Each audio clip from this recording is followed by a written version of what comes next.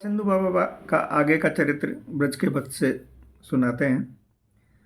सन 1918 में जब पंडित बाबा फिर दोबारा अस्वस्थ हुए तो कृपा सिंधु दास बाबा उन्हें लेकर वृंदावन चले गए।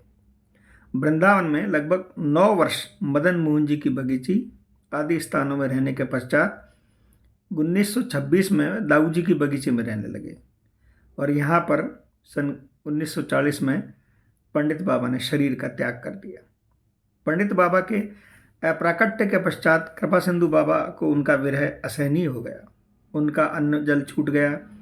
शरीर त्याग देने का निश्चय वे आश्रम में निकल पड़े। भूखे प्यासे चलते चलते बरसाना पहुँचे। क्लांत हो जाने के कारण श्री जी के मंदिर की सीढ़ियों पर ही लेट गए। लेटे लेटे सोच रहे थे कि कहाँ जाकर किस प्रकार प्राण विसर्जन करें। उसी समय तंद्रा आ गई। तंद्रा में उन्होंने देखा कि पंडित बाबा उनसे कह रहे हैं, तू पागल हो गया है क्या? मेरे पास किस लिए आया था? श्री जी की सेवा सीखने के लिए ना? क्या मैंने तुझे यही सिखाया कि श्री जी की सेवा, उनकी सेवा के उपकरणों को त्याग कर की जाती है? तुझे शरीर उन्होंने अपनी सेवा के लिए ही तो दिया है। उनकी दी हुई उन्हीं की सेवा की वस्तु के साथ इस प्रकार मनमानी करता है तू? क्या तुझे मैंने यही सिखाया? पंडित बाबा के दर्शन और उनकी प्यार भरी फटकार सुन वे आश्वस्त हुए और अपनी आत्महत्या के संकल्प के कारण अपने आप को धिक्कारने लगे। पंडित बाबा ने आज्ञा की कि उनके अपराकट्य के पश्चात उनके आश्रम के सभी लोग दाऊ जी की बगीचे छोड़कर अन्यत्र चले जाएं। इसलिए कृपा सिंधु बाबा लौटकर दाऊ जी की बगीचे नहीं गए।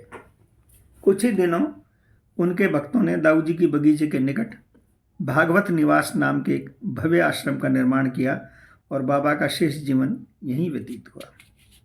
भागवत निवास श्री गौरांगदास बाबा के समाधि स्थल श्री राधा रमण निवास के निकट है। राधा रमण निवास में गौरांगदास बाबा के अप्राकट्य के समय वे अखंड कीर्तन चल रहा है जो आज तक हो रहा है। एक दिन रात्रि को कीर्तन करते करते सब लोग साधु संत 2 बजे के आसपास झपकियां लेने लगे। उसी समय कृपा सिंधु दास बाबा को स्वप्न हुआ। स्वप्न में गौरांगदास बाबा ने उनसे कहा, मेरे आश्रम में नाम खंडित हो रहा है, जाकर साधुओं को सचेत कर दो। शीघ्र शैया से उठकर वे राधा रमण निवास गए। देखा कि नाम बंद है और साधु बैठे बैठे ओंगाई कर ले रहे हैं। उन्होंने जाकर उन्हें ताड़ना भर्त्सना की। जब से बाबा भागवत निवास में रहने लगे उन्होंने अन्न जल त्याग दिया, मधुकरी को जाना भी बंद कर दिया, केवल दूध पर ही रहने लगे। वे नित्य रात्रि में 1 बजे शैया त्याग देते, स्नान आदि कर भजन में बैठ जाते और मध्याह्न 12 बजे तक भजन करते रहते।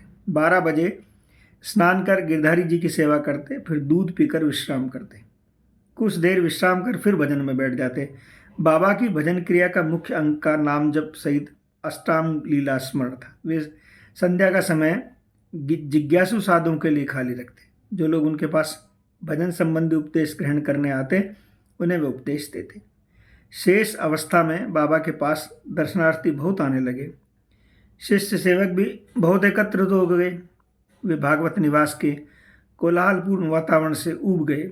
इसलिए उन्होंने संकेत वट पर श्री गोपाल भट्ट गोस्वामी जी की भजन कुटी में निकट एक छोटे से साकेत बिहारी के मंदिर का निर्माण किया। उसमें साकेत बिहारी की मूर्ति की प्रतिष्ठा कर वहाँ जाकर रहने की व्यवस्था करने लगे।